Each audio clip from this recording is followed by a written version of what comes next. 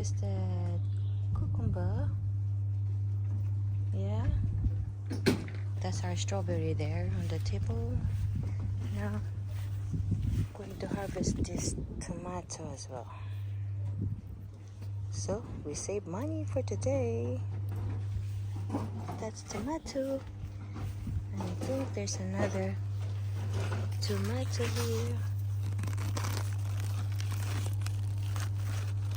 Oops.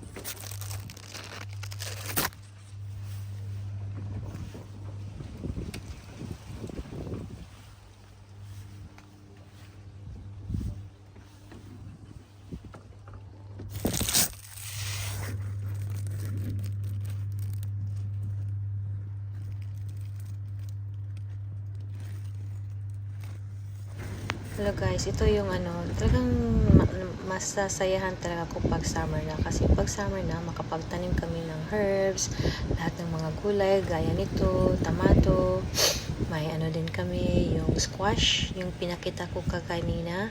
Ito naman, lemon or agridoso sa atin, kung sa Bisaya pa, agridoce or lemon. Ito, tingnan mo, talagang napakasaya ko kasi makapagtipid kami ng pera. Ito, squash. Masarap to na squash, matamis-tamis, pwede pang bake ng cake. Ibang variety niya sa Pilipinas. Ito, matamis siya. Ang sarap pag i-bake mo. Sa pag niluto din, masarap. Kaya, tuwang-tuwa talaga kami kasi maraming bunga. Nakapag-save kami kahit papano, bumibili ng mga vegetables kasi maraming bunga. So, ibang variety na naman ng mga vegetable ang bibili namin sa market. But somehow, ito yung mapaborito namin mga gulay, lalo na yung asawa ko.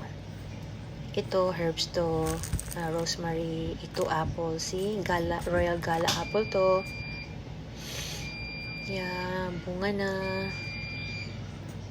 At saka ito din ang palaya. Sa ampalaya, hindi kami masyadong maswerte. May bunga siya, kaya lang kung maliliit, hindi siya talaga umaambong.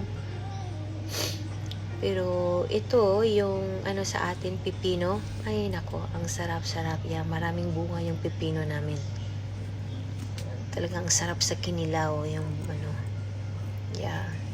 Ito pag summer, talagang greenier yung namin. Yung extension namin, kumbaga, ang tawag dito, yung sa likuran ng bahay namin.